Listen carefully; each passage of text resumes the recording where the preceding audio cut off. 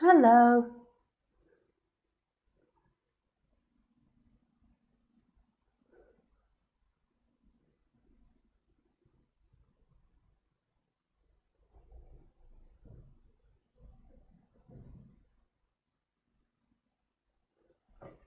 Nice to see you, nice.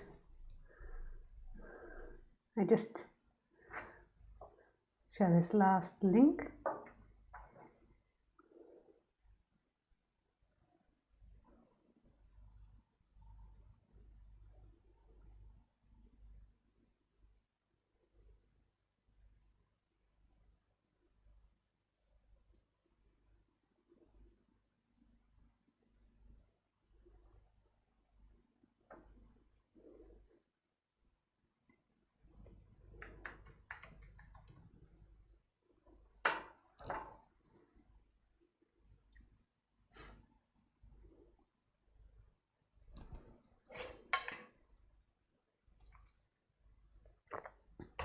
So nice, welcome to Livestream.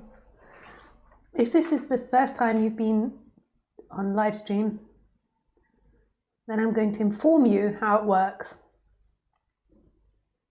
Hello, yes, my microphone is working. So the way it works is that I do an introduction and then you are allowed to ask questions.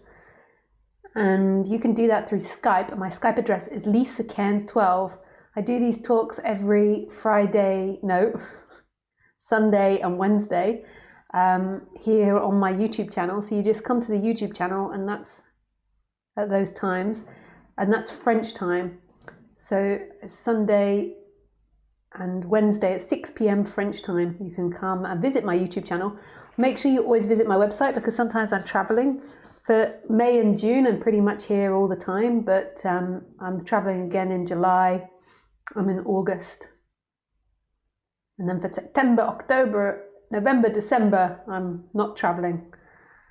So you can keep up with all of that on my website.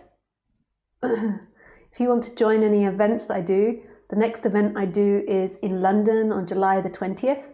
It's not on my website today. I was trying to get it up, but there's a fault in Wix and I have to speak to them. So hopefully it should be up tomorrow and you can book tickets on my website. And that's one day talks on July the 20th. That's Saturday, the July the 20th in London. And I also do talks I do a retreat in Germany, northern Germany, a place called Parin, I think you call it. And that's from the 9th to 16th of August. And you can find all the information about that on my website. It's optional whether you stay at the venue, so you can find something that suits your needs, whether it be the hotel or staying at a local campsite or Airbnb. That's totally down to you. Yes.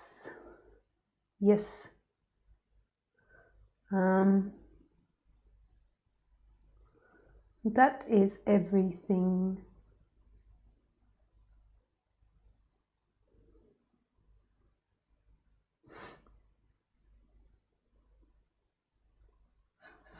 So I always like to start the talks with silence. So if you join me for silence for maybe 10 minutes, I always enjoy that.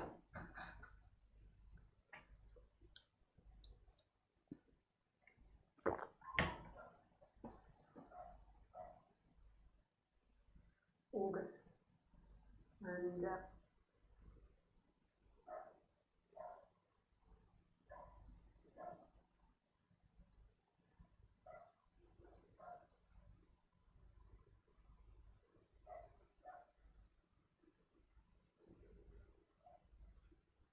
Hi, Andrea. Nice to hear from you.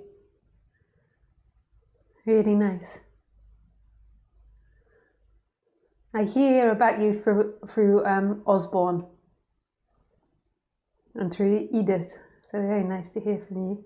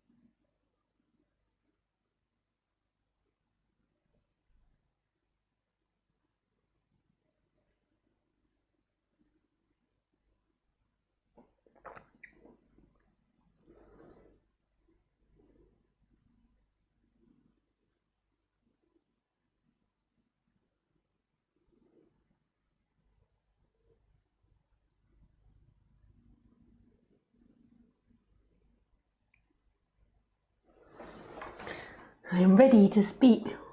Oh, I've just been out for a walk with the dogs. I'm looking after a friend's dog at the moment, and in the grass, itches a leg. Looking after a very small little dog. He's very cute. But he's out with Lucy now.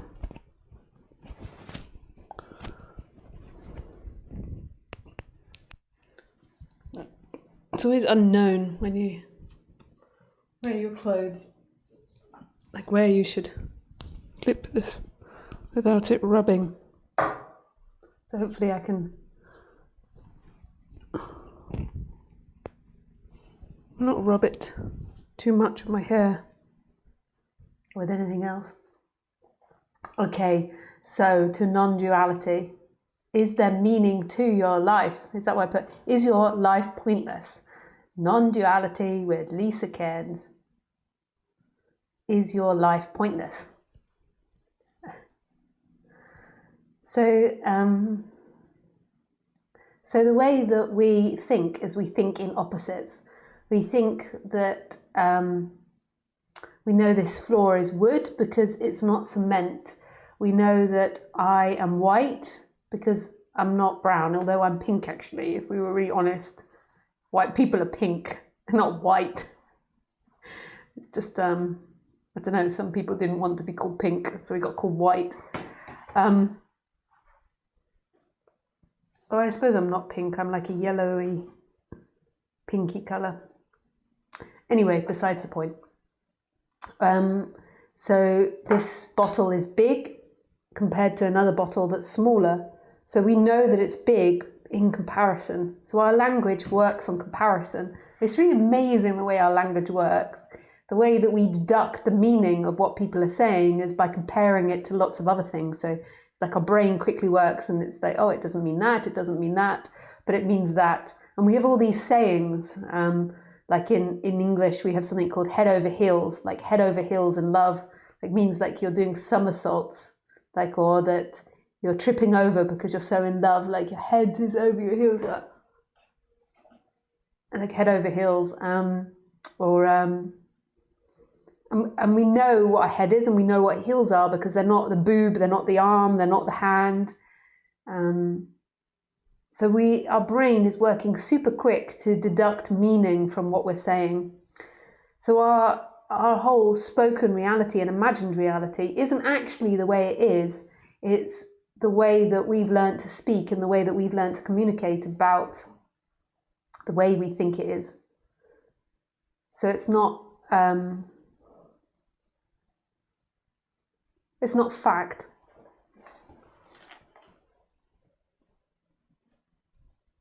There is no fact in the way that we speak. We can never actually depict something. We can point to it. So we can say window because it's not the wall, it's not the floor, it's not the grass. So we know what a window is by deducting and also by pointing at the actual object.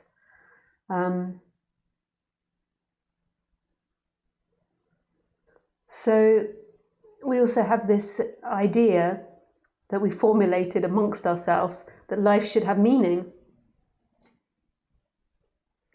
or that life should have a point.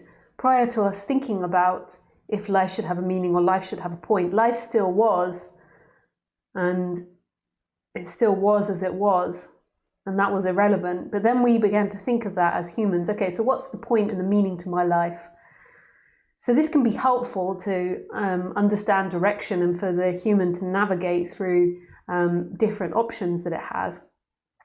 So it can be helpful to say, my point is to help my kids grow and to thrive and to succeed, or my point is to complete, or my meaning is to complete for the day my tasks that I have on my lists. But it ultimately doesn't refer to a bigger picture. So it doesn't refer to something where it's like your overall life should mean something. So you live, you get a job, you have kids, you buy a house, you work, and then you retire, and then you have some retirement years, and then you die. And a lot of us are afraid that if we do that, that we won't have found meaning in our life, or we won't have found purpose to our life. And this makes us afraid, this idea of doing it all, living life, and not having found purpose. But what do you imagine that the purpose could be to our lives? So maybe the purpose is you do something great, so you do something better than everyone else, and that seems like a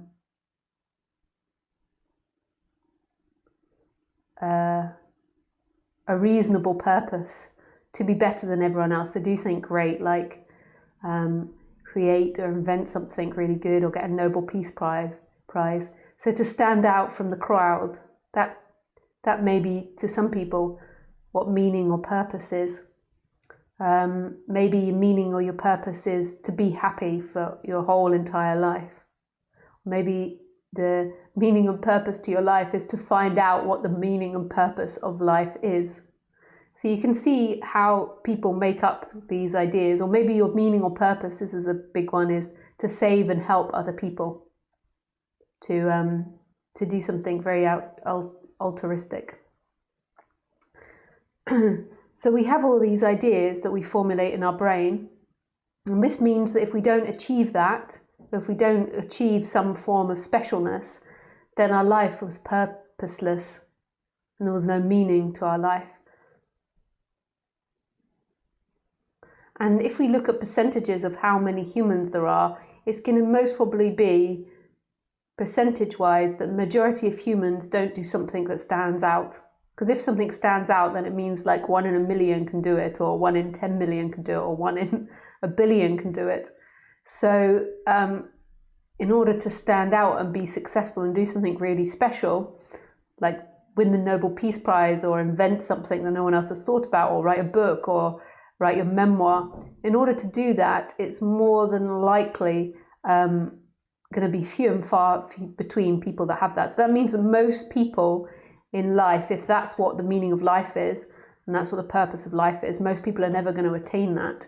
So it means that only a very select few that are born into this life with high intelligence or high creative skills are going to actually achieve that. And all the others are going to die with a purposeless, pointless life.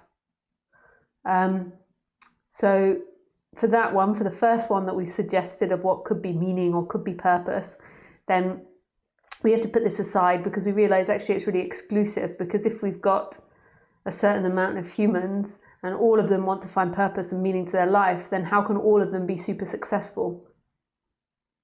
So that can't happen. So we just put that aside for a moment. And then we look at the next one that I suggested, which is, what was the next one I suggested? Was it doing something good? We have to go back and watch that, I've forgotten them. So doing something good and altruistic. So in order for you to do something good and altruistic, you first need to find people that are less fortunate than you and that need help. So first of all, it's dependent on people needing help, or animals needing help, which I'm sure you'll always find in this world. But just notice that. So if everybody was safe and if everyone was cared for, then what would happen to your purpose? So again, it's not a dependable one. And if everybody decided that they wanted to be the helpful one and altruistic, there'd be nobody left to help. So again, we just put that one aside. So then we go to the meaning of purpose of life. Okay, so you set yourself up big that you want to find out what the meaning and purpose of life is. But how can life inherently have something that humans have made up? So humans have made up this concept of meaning and purpose, and then they've personified it onto life, that life should have some sort of meaning and purpose. So why is it that you think that you can fit the whole entire universe and the making and the mystery and the wonder of all of this into our psychological capabilities? So I think that is going to also not happen. I think all of them can happen few and far between. No, not the last one, but all of them can happen. The first two can happen, but they're all dependent on other things being in play. So it means that majority of people, if we think of all the humans, aren't going to be fulfilled from those categories. So it's only going to be special people that are fulfilled from those categories. So basically, what I'm trying to point to here is the illusory construction that life should have a meaning and life should have a purpose. In a way, you could see it as a very arrogant idea that humans try to personify everything, to make everything human or personal. Maybe personify is not the right word, but that humans try to implement their thinking system onto a structure that was here way before humans were created, and the humans formed from that structure, and then we look at it and we're like, what's the meaning or purpose of this? I think it's a good question because it sends people on the spiritual path, but I think if you set that goal up for yourself on the spiritual path, you'll fail, or you'll have a tendency to become depressed. I noticed that for people that are depressed, these concepts are very important. So these concepts, which are human invented, so human invention, are very important to people that suffer with depression. So if you suffer with depression, a lot of the feeling is, what's the point of getting out of bed, or what's the purpose of getting out of bed? As if that prior to having depression, you got out of the bed and you had purpose and you had meaning. You had the feeling of purpose and meaning because you felt healthy and strong, and so therefore the activities that you were doing felt fulfilling to an extent. And so when you lose that capability, then you begin to question what is the purpose and meaning to life. I think that when you begin to ask these questions, it can be good because it sends you onto the spiritual path, but you have to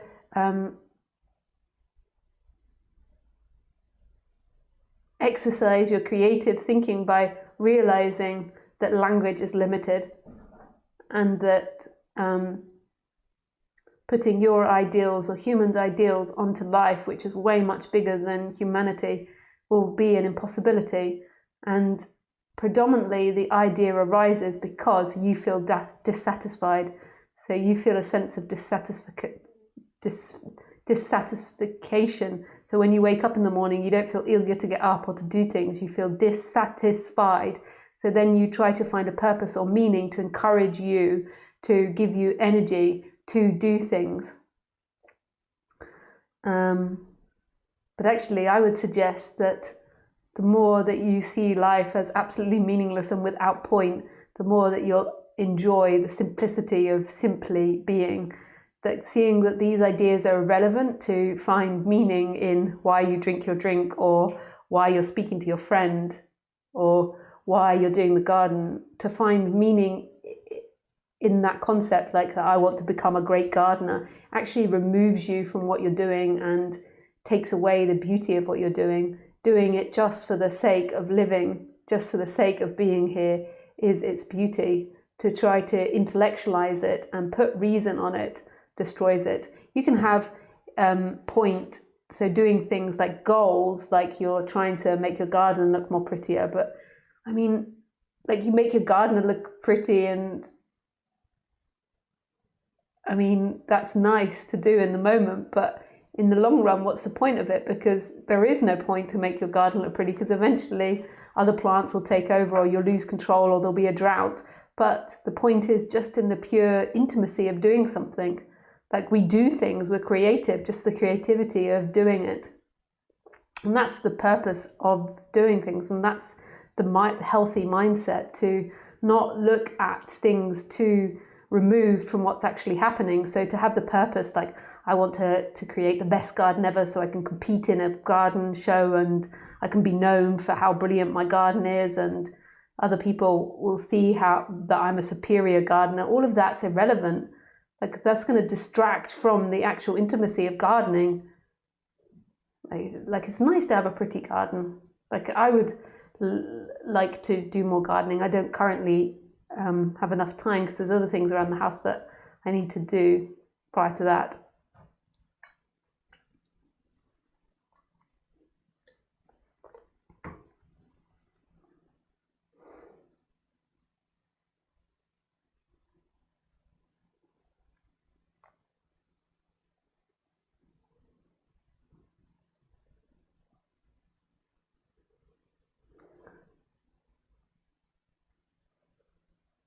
So what I'm trying to suggest to you is that is the point to your life. There's absolutely no point. We made up the idea of point. We made up the idea of meaning, and then we're trying to live up to impossible standards, and in the end you'll be disappointed because eventually you'll realize there's absolutely no point or meaning to any of this. If you still need some form of point, you could say that consciousness is recognizing itself. Like on the human level, in terms of evolution, it seems that consciousness is becoming like a conscious being, like it knows a being that knows itself. And that most probably is going to change humanity and make it nicer and happier and freer and more peaceful. So it's creating an animal that knows who it is and lives in harmony with that realization. Dogs and bees and birds and cats are who they are, but they don't know who they are. So they simply are as they are. They're not removed from who they are, so they're free, but they don't know who they are. Whereas because humans leave home, when they go back to home, they know who they are.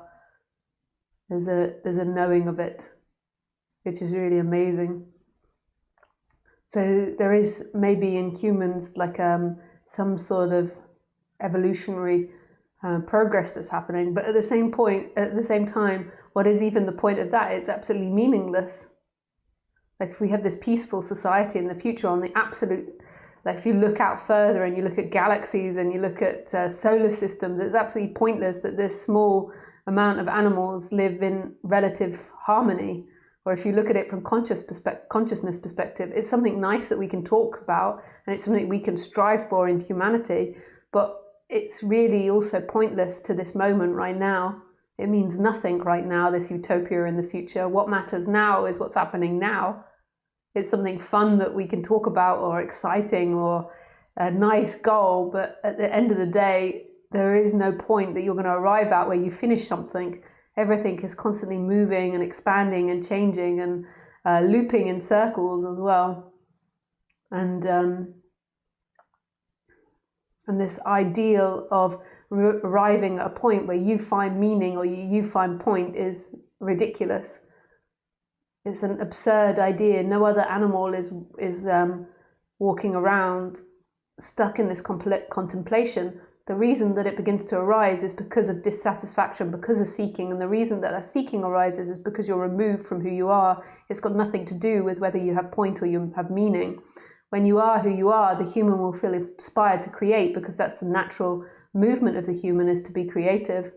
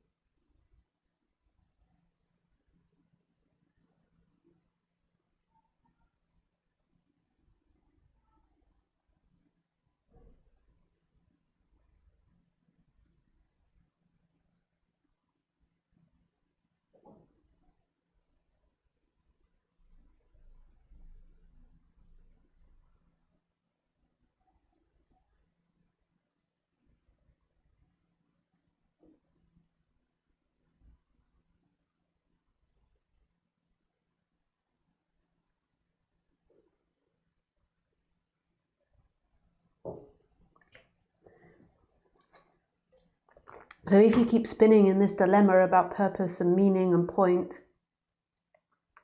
know that it's only coming up because of dissatisfaction which occurs now. This moment is all you ever have. Right now is all there ever is. This free, expansive, juicy, wonderful moment is all there is.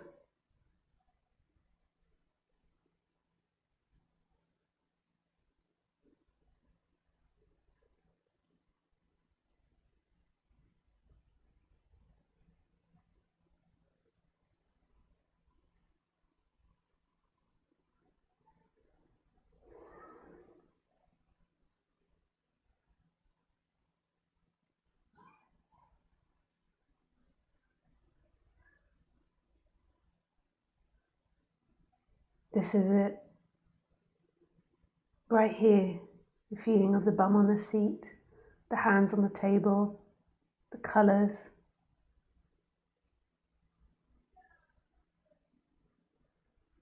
This is enough.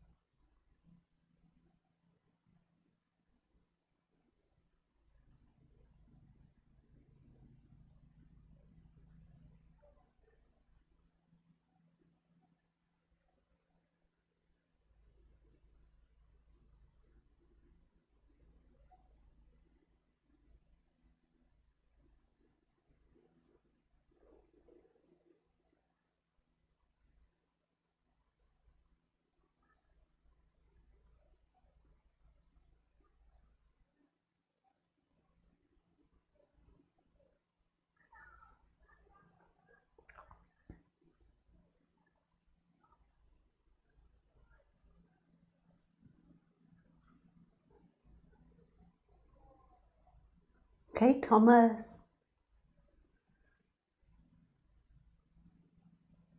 Hey, Isabel. Presently, if I try to capture a point to my life, it seems to be to suffer a lot.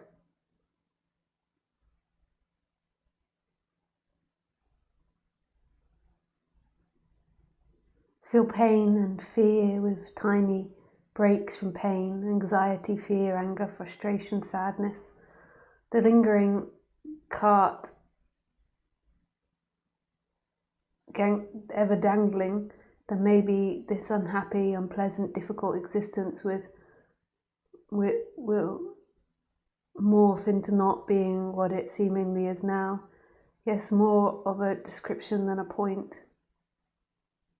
It seems hurtful, largely. Yeah, I understand that's your experience, Isabel.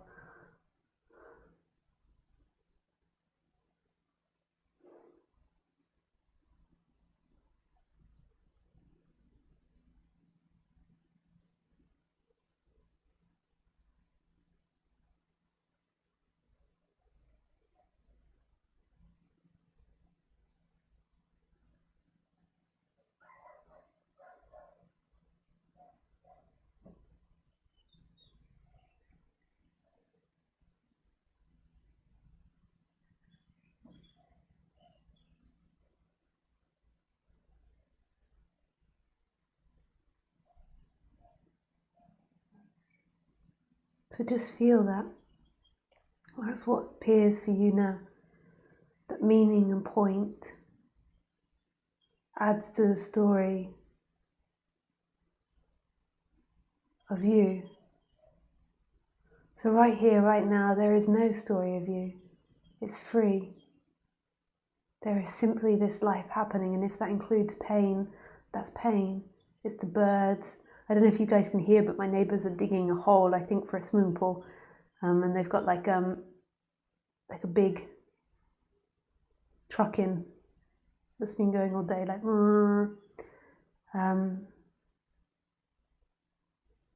So it's like that sound, the birds, this moment. It's all empty. It's right here.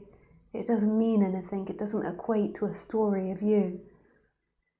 But the you has a story of you, that you have this past where you've suffered, and that means that life is suffering for you, and that it's a lot of pain, and that you hope for the future that you just don't have so much pain. And this all includes an imagination of you. But right here in this moment, it's actually free of you. There is no you. Even though it seems like there's a you because you imagine you, there isn't a past where you've had pain. There isn't a past where you've suffered lots. There isn't this future where you're going to be rescued. There is only this moment. And that can be really scary to just totally dissolve into that, because we're so addicted to this story of ourselves, of constantly repeating who we are, what we are. And if we have a difficult story, so if we tell ourselves difficult stories, because it doesn't necessarily mean about the pain, because you could be somebody with pain who doesn't have a difficult story. If you have a difficult story, then that's a lot of pain in this moment, a lot of heaviness, and a lot of contractedness.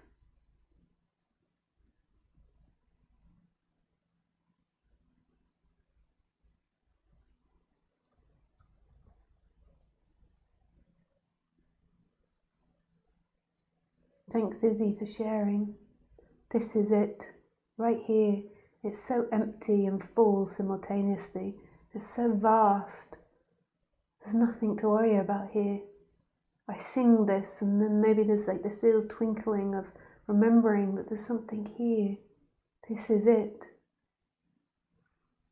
Dear Lisa, in all of this feeling of being lonely with my interest in the subject, I just sat down yesterday at a tree and deeply lost interest in everything, not only in my suffering, but also in me temporarily being happy.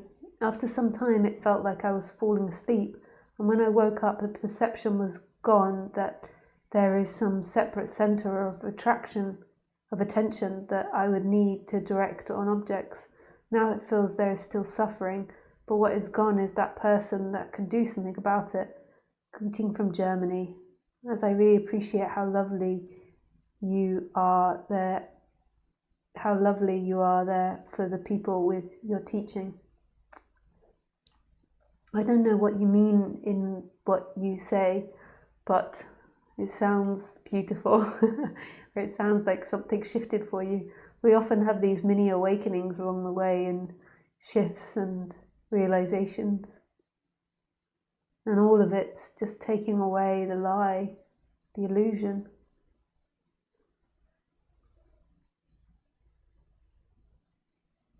Hi, Beth.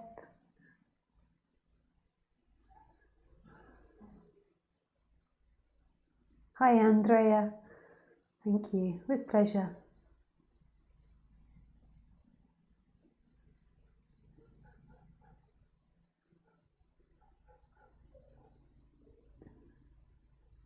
Hi, Lisa. Thank you for sharing in these live streams.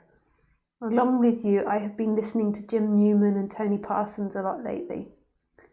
Hearing that the person I believe I am with a story is an illusion that is meaningless at times feels like freedom, but right now it feels devastating. I feel tricked and hopeless. Nothing I can do.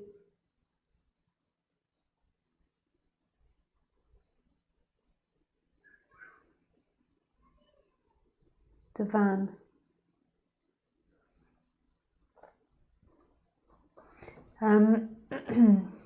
Yeah. So see that it's the person that feels tricked and hopeless. So waking up has nothing to do with the person. So the person's interpreted what Tony, what Jim, what I have to say, and then the person feels tricked and feels hopeless, and that there's nothing the person can do. So just see that psychological story that's going around in your head, and notice that there's something that's experiencing that. And that which is experiencing that story is freedom. Your person, though, that says that you feel tricked and you feel hopeless and there's nothing you can do, thinks that it's got something to do with you. And more than likely, you're being heavily influenced by the teachers that say all these things. So the idea that there's nothing you can do, that's not actually your experience. There are things that you can do to make you feel better, even though it's not you doing it. It looks like it's you, but it's not you doing it. Like when you wake up in the morning, You can choose between cleaning the house or not, and ultimately it's God's will whether that impulse comes to clean the house or to not clean the house. So it's not your will. So ultimately it's God's will. But there seems to be that choice. There seems to be an appearance of choice, and it seems like somebody has free will. And that's meant to be there. It's meant to appear like you have free will and you have choice. Otherwise you'd feel really trapped and caged in this world. So it appears that you can go for a walk in nature, or you can buy this house, or you can buy that house. And when you begin to get into non-duality, you try to mix up the absolute and the relative. The human is always meant to act as if it has free will and choice. But when you're listening to non-duality, you're beginning to learn about the absolute, and then you begin to put the absolute onto the relative. So you say there's nothing that you can do, and I don't think that Tony, myself, or Jim Newman say that. Maybe they do, I don't know. I think they speak quite differently from me. And if they say it, then that's what they say. But they might just be responding to one particular person. But that's a story you tell yourself, there's nothing I can do. If you keep telling yourself there's nothing you can do, it will lead to more than likely depressive feelings and a feeling of stuckness and a feeling of trappedness, because the human on the balanced side of being shouldn't be telling itself there's nothing I can do. The human being balanced feels like it can do things and it can act and that it does have choice. So the way that we work is that we're all very robotic, like there isn't actually somebody inside of us that is orchestrating our lives. Who we truly are is this consciousness, this empty looking, and this consciousness is all things and it's oneness. But our bodies are set up like robots, and everybody's body is set up quite similar. And the robot interacts with the world and evolves, and we're beginning... Oops, the dogs are fighting. 1 sec.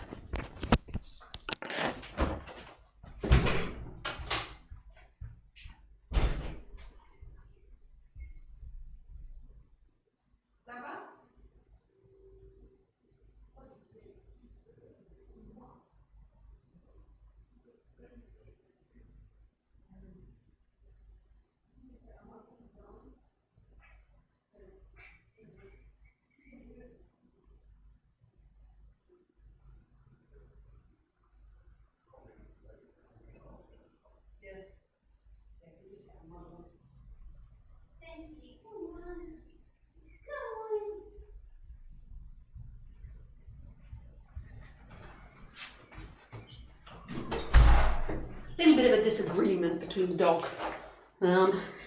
He wants to sleep on her bed and she's not keen on him. But all is okay. This is William.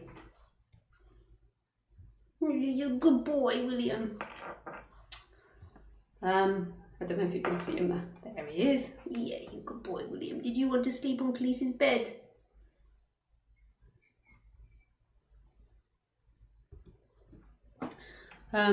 Okay, so we're all set up in this robotic way. Sorry about that. Life happens. Sorry, Talia, if you're watching. Don't worry, all is okay. She can't hurt him, but she just told him off.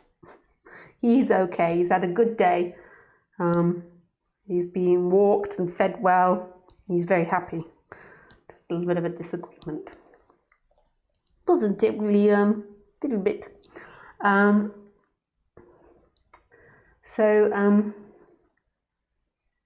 So we're all very robotic in the way that we're set up. We think that we are evolving, that we're choosing to evolve ourselves. But evolution is happening. So we evolve by putting information into this body. So when we go to choose an object, when we choose between one house and another, we think that that's us choosing, but what's actually happening is we're putting information into the system, and the system is being updated, the system is learning, and the system is evolving. And it happens, we're doing it in computers now, so we're programming computers that evolve by themselves, which is really quite full on. And you can go on YouTube and you can watch, and you can go to these websites, and you can watch an evolution of a computer. You put in a picture, And then the computer, by its own apparent free will, even though ultimately it doesn't have free will, it evolves depending on the way that it's being programmed. And through that evolution, so through creating the picture, it then it grows its program. And that's what we're like as humans. We think it's us inside here that's running the bodies. And what we have is we have these chakra centers in our body. And these chakra centers have particular thoughts and feelings and health associated to them. So this is a very ancient idea. It appears in Chinese medicine and it appears in Ayurvedic medicine. And it's very simple. So each chakra thought has particular thoughts, particular feelings associated with them, and particular health problems. And it's really super accurate. And we've got 7 main chakras, and then there's loads of other chakras. And if any one of those chakras are out of balance, we'll have particular thoughts. So if your solar plexus is out of balance, it will have thoughts like, I can't do things, I'm trapped, I'm stuck.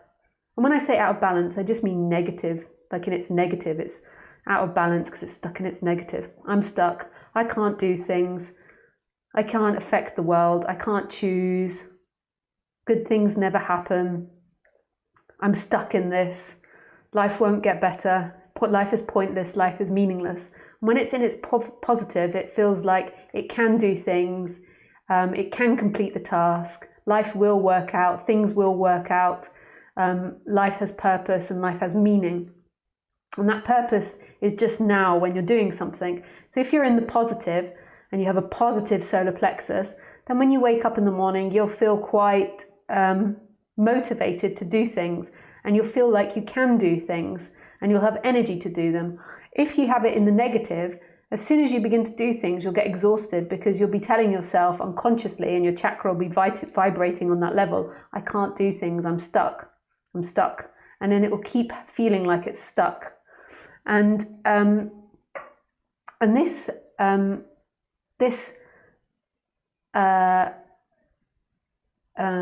happens to all our chakras, and all our chakras have different feelings and thoughts associated to them, and we think it's personal. So then we make up big grand stories around it. So now you come to this talk, you come to Divan, you come to this talk, and you come to Tony Parsons' talk, and whoever other person was, Jim Newman's talk, and then you think that life is pointless and meaningless, and you think it's because of spirituality. You think it's because of something new you've just worked out, and you think there's nothing you can do. But I'm assure you've been having those types of thoughts in every area that every area in your life. You'll have been struggling to find purpose and meaning in your life. You'll have been struggling to find reason. You'll have been struggling to do things, to complete things. Or you could have been the other way, and then it's all beginning to collapse and it's gone into the negative. And then you think, and you add all this to a story of you, and you craft a very neat and careful story of you and what it means for you. So you listen to us, and then you interpret it in the human through your chakras and through your particular setup. And you think that's what we're talking about, and you think that's non-duality. But that's not non-duality. You're just processing what's being said through your chakra system, through your particular unique chakra system, which makes a character, through your particular character. And this is the illusion.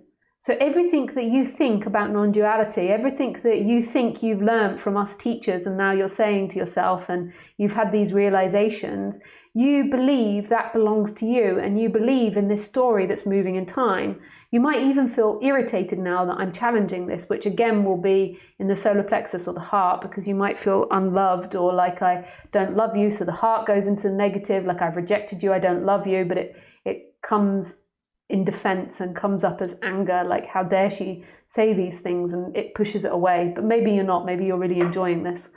But basically I'm really challenging your ideas and your predispositions.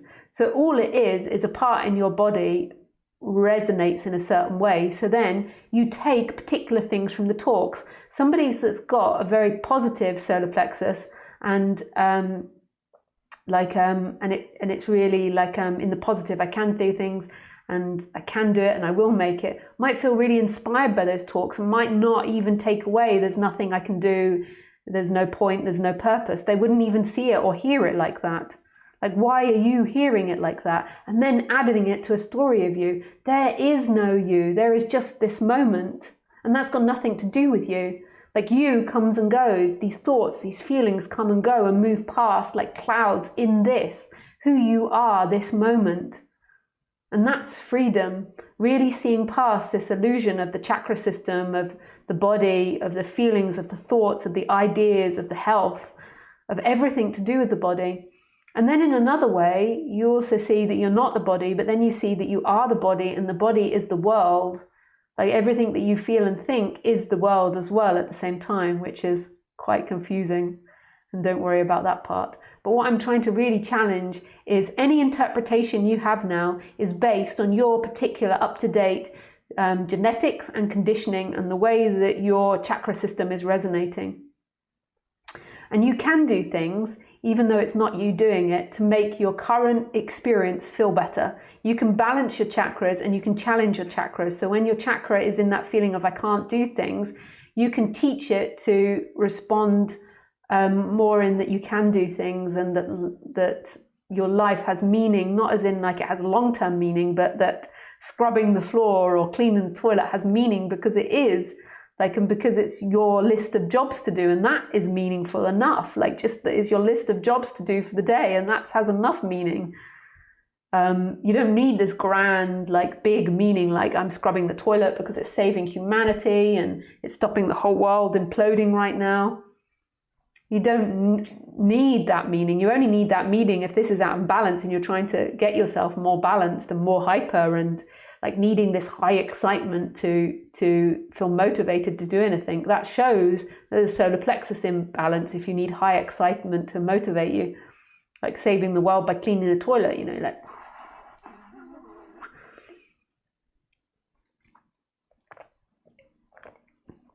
So what I'm trying to point out to you is that everything you think and feel about what a teacher is saying is illusion. What remains? What remains? This is it, baby. This is it, baby. Mr. William. You're a very small little dog.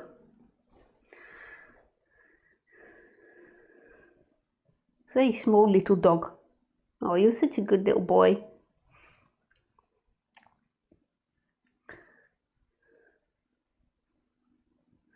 I do tend to feel stuck, trapped and depressed. No, your words are helping. So this overwhelming feeling is just more of my story and programming. Yes, and then you think it's got something to do with non-duality. It's solar plexus disbalance. If you feel like you get a lot of stuck and trapped and depressed, you need to work on the solar plexus. You need to work on the physical element. So the solar plexus has health elements. So you can look this all up on the internet, and the emotional elements.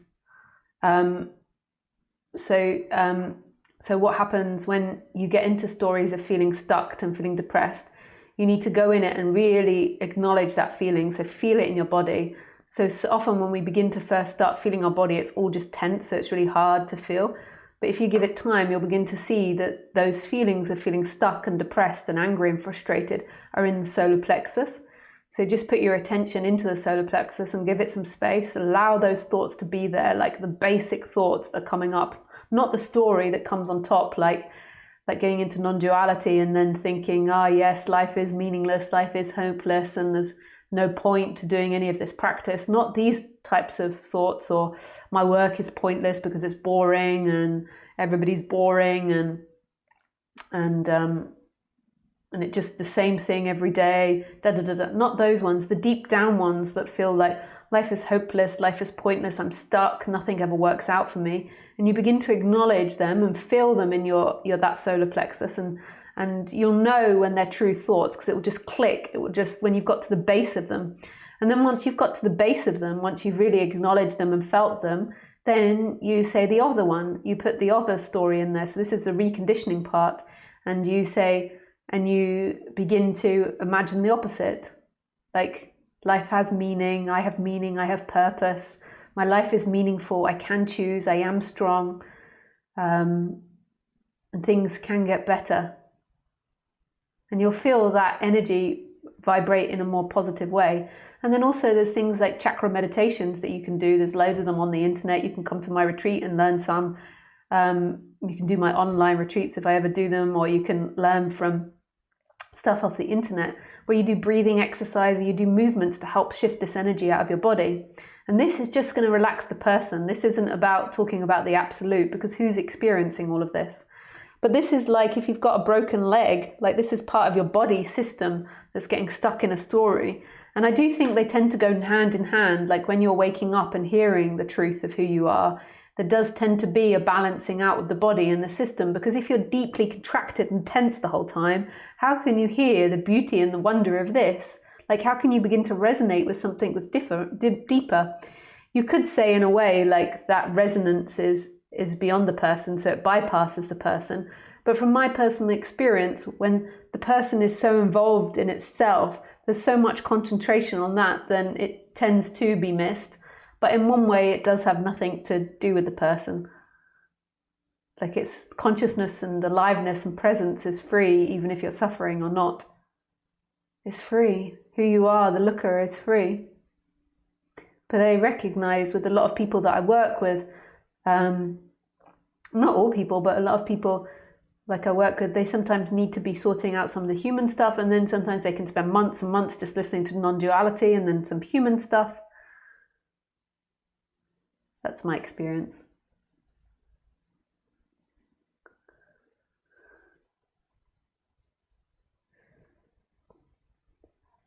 Praveen, hi Lisa, thanks for everything.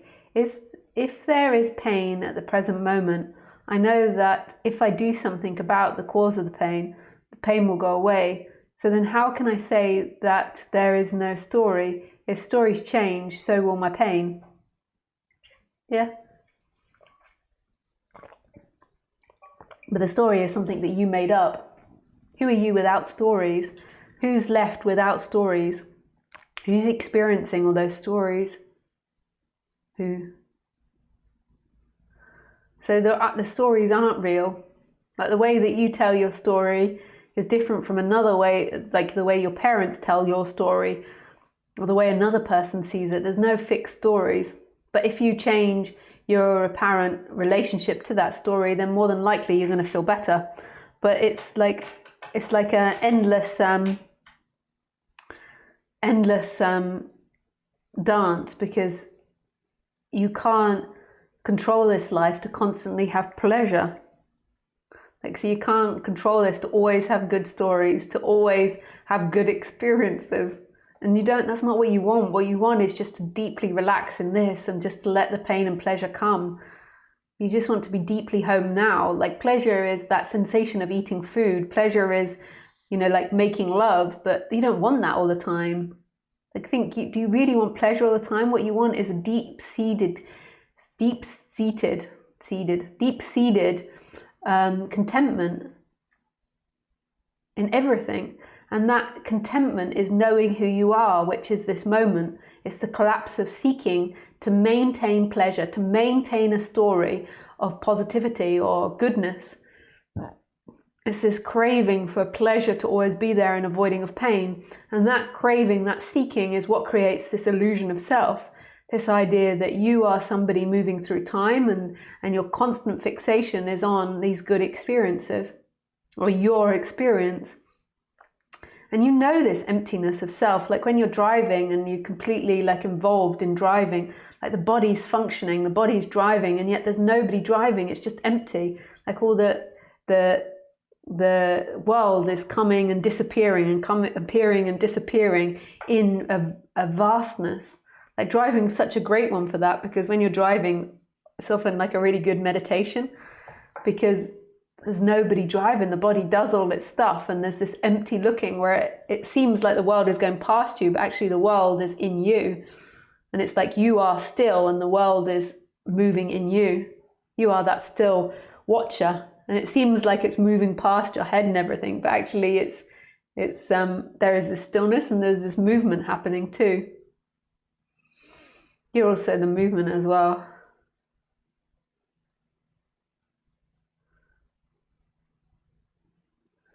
I get it. Thank you so much, Lisa. With pleasure, Divan.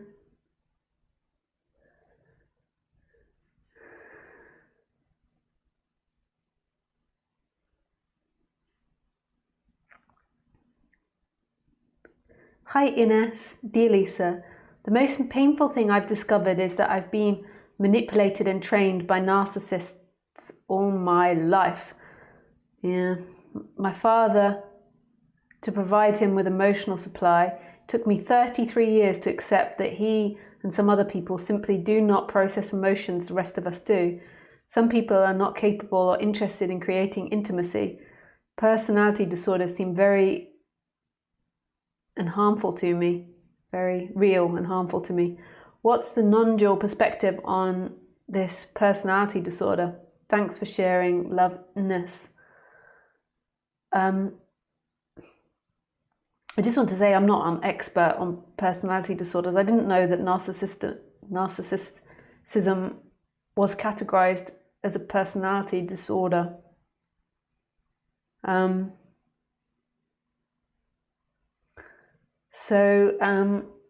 I think that learning psychology and learning people's behavior is really, really valuable. Like, why didn't we get taught this stuff at school? So learning psychology is a really valuable thing to do in order for this system to navigate helpfully through this world. And you know, we all get caught by them at some point in our life, and we all have to learn. I got caught by one a few years back, even after all these awakening and these shifts. I got caught and conned. And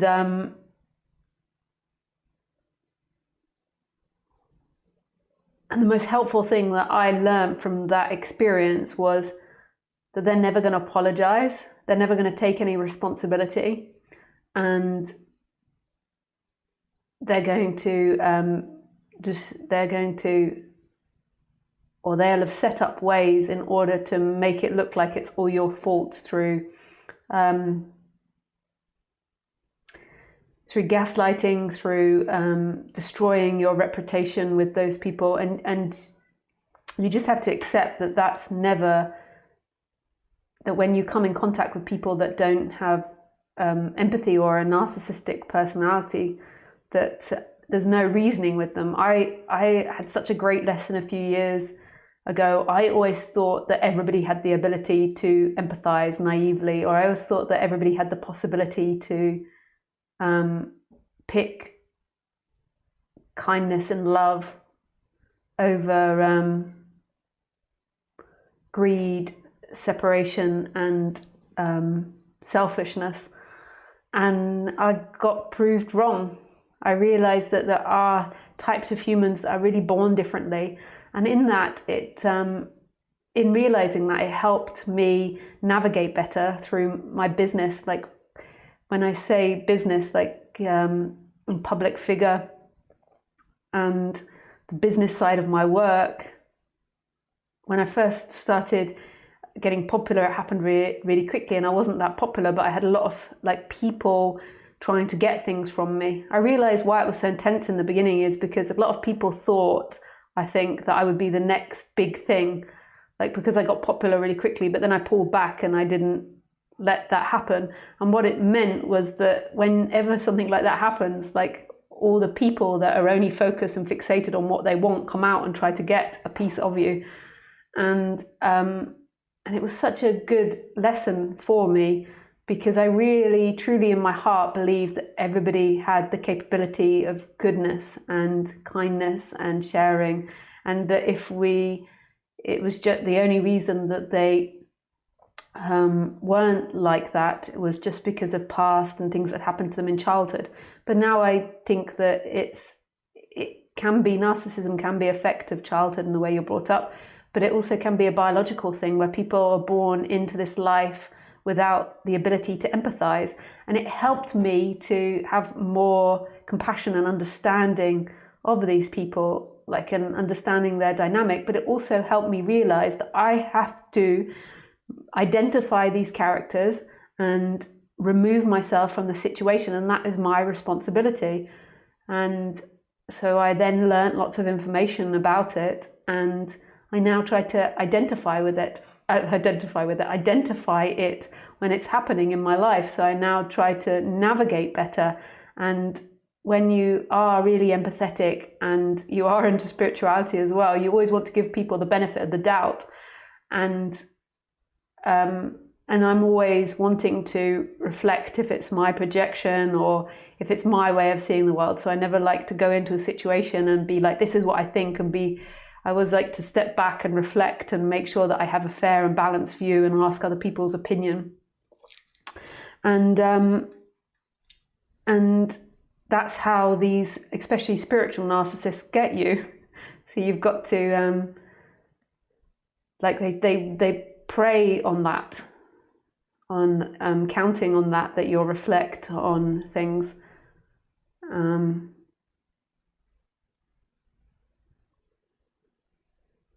So the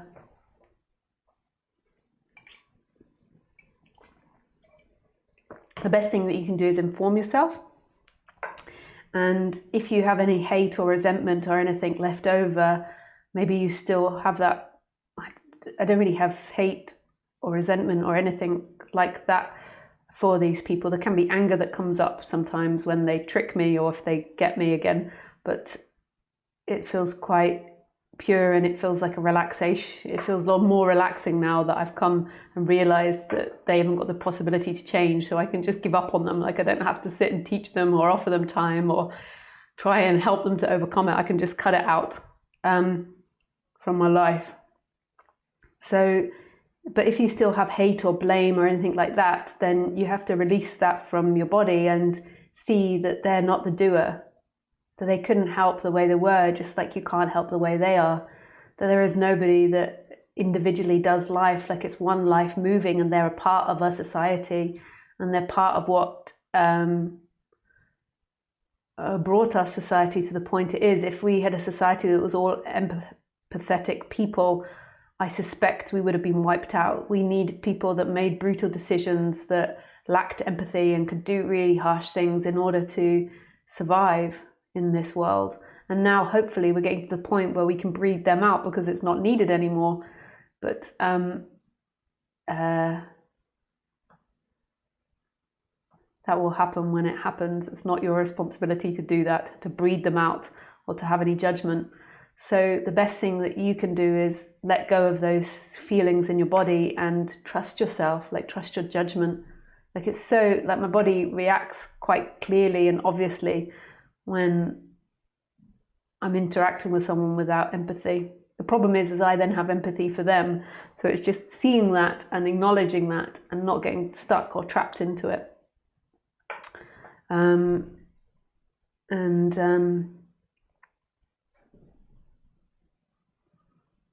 And if you were brought up with a father with narcissistic qualities, then maybe you've got an addiction to going towards narcissists. Maybe there's a part of you that feels safe or feels secure with those types of personalities, because they can be very strong and they can be very charismatic and they can be very good at producing money. Like, there's very good, like, dynamics to someone with, there is also good dynamics. Like, there's a reason why they're part of our society. But you've also got to see if there's an addiction to that. Like, if you're wanting that, like deep down, if you go into your chakras and if you go into your system, is there something that wants that? I suspect if we all had agreements when we come into this life, I don't really buy in or subscribe to that type of thing, but if we all had agreements, I suspect you in your life decided to come in and challenge that. So you've got to find, is there a part of you that wanted to have these people in their life? When you find that there's a part of you that wanted to have them, it often is a great forgiveness, because you see that you were part of the game. You weren't just victimized, you were playing part of the game. Often everything that we attract is what we want deep down. That's really hardcore to say that, but it is everything. I don't subscribe to the idea that we want it because of spiritual awakening, but I think that's a helpful idea for some people to process that information, that we always get what we want. Like, your whole life has always been what you wanted to experience in this life. Now, who is this I that wants? on the human level, you could say it's the character, but the character isn't a solid entity, so it's a pattern that's playing out that wants particular things that keep reoccurring. But then you could say on the ultimate level, it's consciousness, because that's what consciousness is currently experiencing.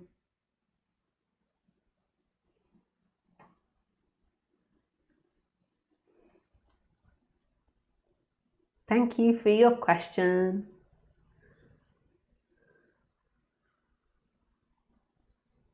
I can relate to all that you've said. I'm in the process of setting boundaries with him. Thank you very much. Oh, that's great. Hi, Fabios.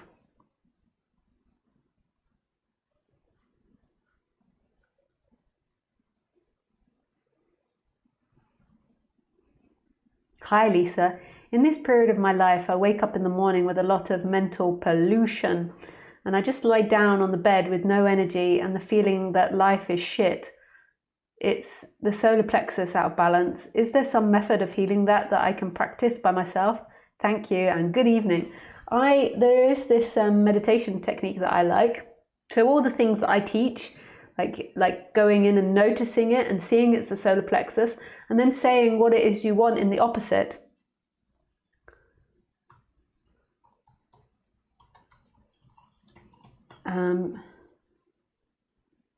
So there is this, I'm just sending you that link.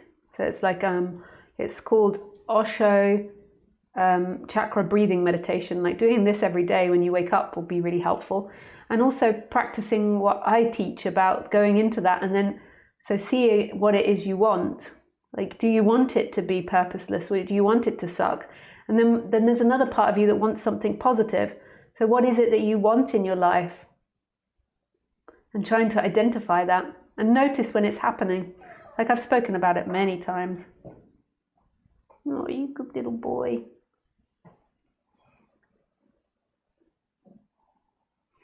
Hi, Carmela. Thank you so much for these talks, Lisa. Thank you. It's a pleasure. Do you want me to go into what I suggest again about putting your attention in the chakras? Okay.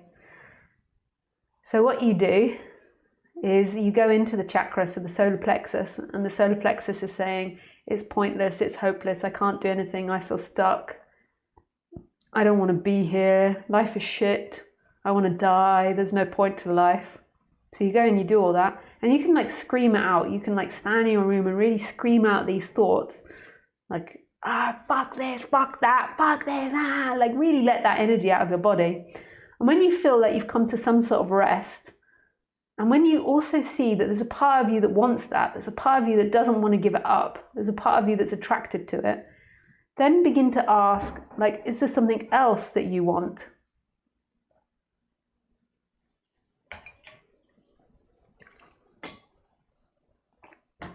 In the positive.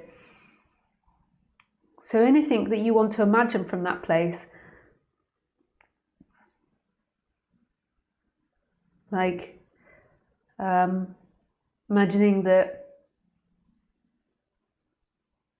you have meaning, you have purpose. So you can even imagine something that gives you meaning, like non-duality. I have purpose to realize myself. I will do it. I am capable of it. I will be free.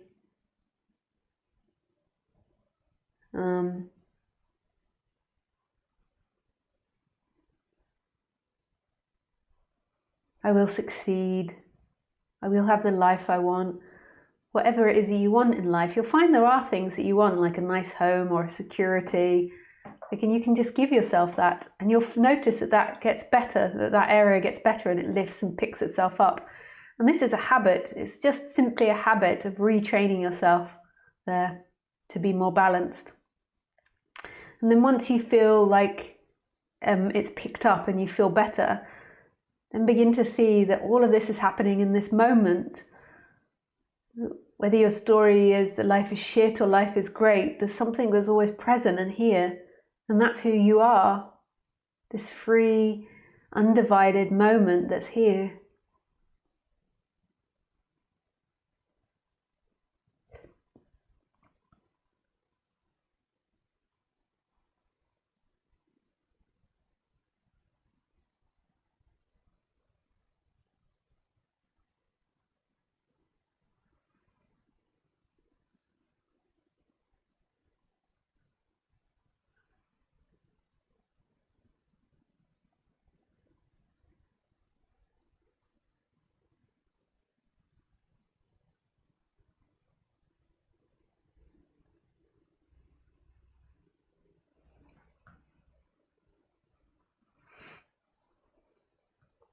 I have another question. If chakra balance is only about feeling better and not about recognition of truth, why even bother? Can I do something towards the recognition or just wait?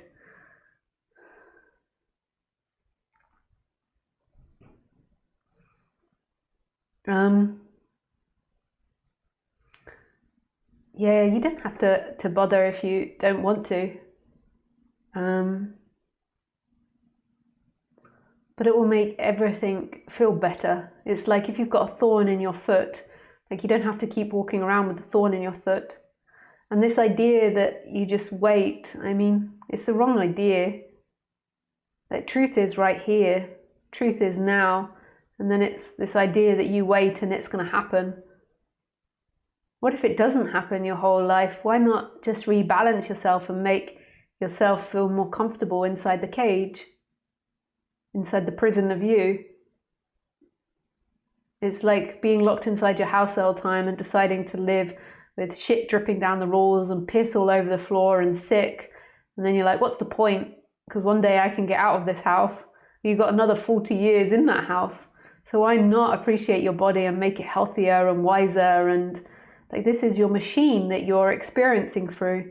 Like, why not grow that body? I would suspect that why even bother comes from a solar plexus imbalance. In fact, I wouldn't even suspect it. I know it from working with you the other day. It's like a depressive energy.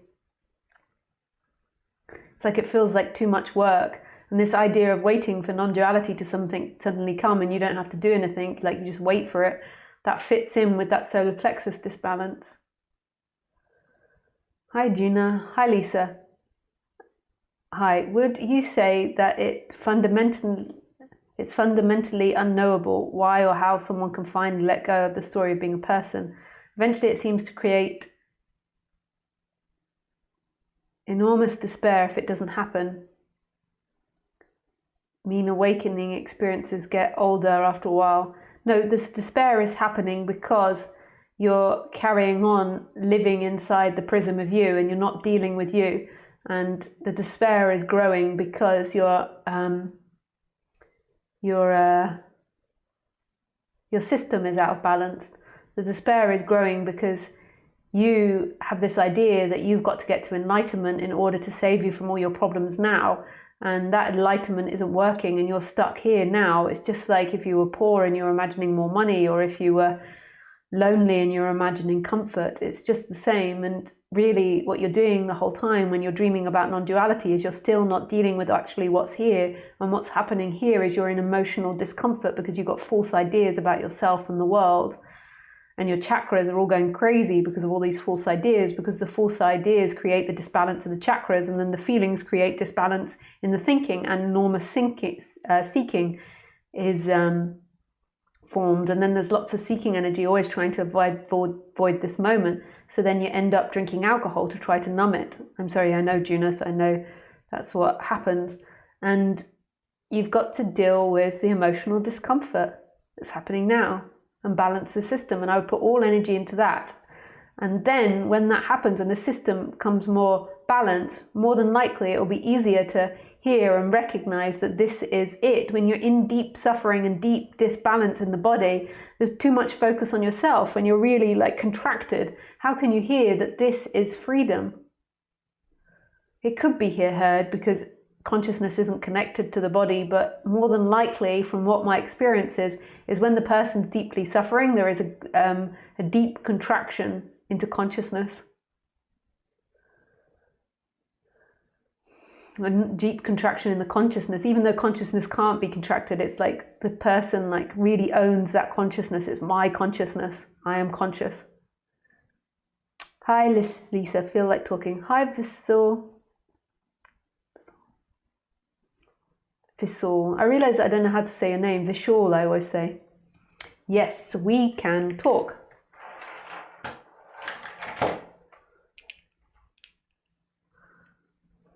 And I can have disbalances in different areas of the body. Like I can have weakness in the solar plexus.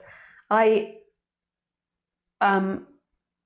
sometimes can think quite creatively, and I don't have the best language skills because of my dyslexia. So sometimes I struggle to communicate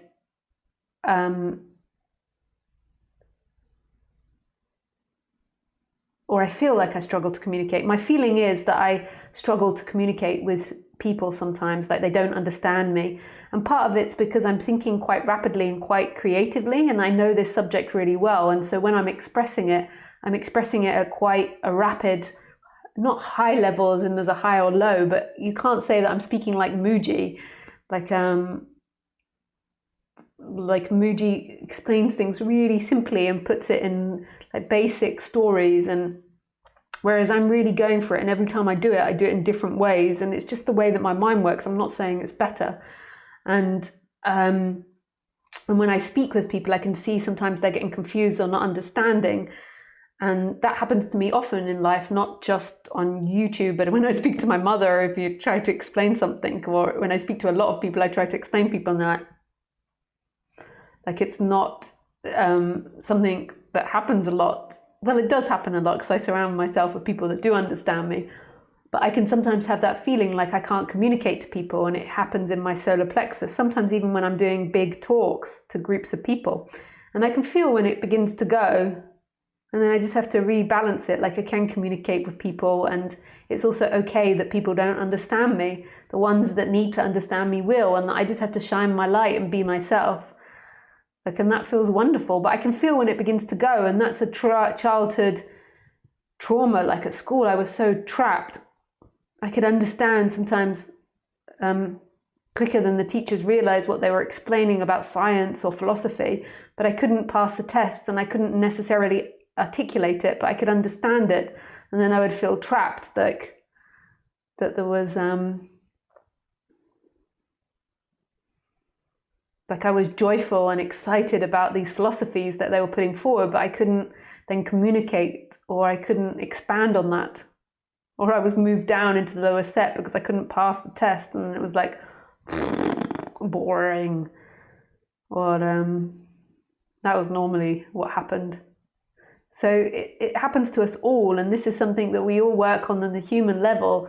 Like our job on the human level is always to expand ourselves. This is what we do in this life, is we're expanding our community, we're expanding our knowledge. Like it's all infinite. We're expanding our habits and our reactions. And I continue to work on my human level. Like my chakras aren't perfect. Like they go in and out of balance, and I love it, like working on myself and exploring and finding different dynamics, and like letting go of something and seeing something on a deeper level. It really inspires me. But at the same time, that's not the purpose and point and meaning to life. It's something that we naturally feel in this moment. Our natural feeling at this moment is to give and to create and to expand on every level. That's what dogs feel like, that's what bees feel like, that's what humans feel like. We're here to experience this miraculous, this challenging, this colorful and beautiful life. And we're here to expand from everything that happens. The ones that don't expand die. And that's the way that our survival has gone on for thousands, since life formed on this planet. Like the ones that keep expanding survive and thrive, and the ones that don't wither and die. And that's not meant to be a bad thing. It feels wonderful to expand and to create. And I wish our society supported it more. Like our society doesn't support it enough. Like as a child, we're so creative and willing to share ourselves and wanting to play and to find new things and to learn information. And often our schools stifle that. Like we're taught we have to work, you can't play, but play is how we learn. And so we're taught that learning is this like terrible catastrophe where we have to sit in a class for 8 hours a day learning this information and memorizing it. Whereas if we were just set free to play, that works for some people that have a good memory. But if we were set free to play, like we would be super creative, as long as we're in a healthy family life. Like we're not in a family that's constantly constricting us and putting us down and making us feel hopeless. like if I hadn't have had to go to school and I'd been alone at home and there'd been YouTube and things where I could find information, like I would have thrived. I left school with a reading and writing age of a 8-year-old. And after I left school, I realized if I wanted to read books, I had to learn to read. And so out of wanting to educate myself and wanting to be able to read books about non-duality, about spirituality, about philosophy, I went to the library and I would hire out the CD and I would hire out the book, and I would listen to the CD and I would read the book, and I loved it and I really enjoyed it. At school, they'd sit there and make me chant and make me read books that I had absolutely no interest in, and I was totally uninspired. As soon as I got out of that environment, I was inspired to learn, because I'm a triple Gemini. I'm inspired by the intellect of learning and growing and evolving in that way. It was like they would give me like 8-year-old books when I'm 16 that I have to sit there and read. Some of the 8-year-old books can be really cool. I still read children's books. Life is full of excitement and magic and wonder. You forgot because you believed you were something you weren't. Okay, here we go.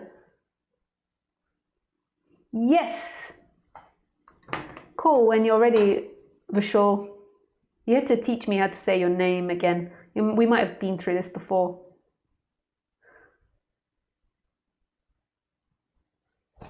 Oops. I still have a dog on the lap.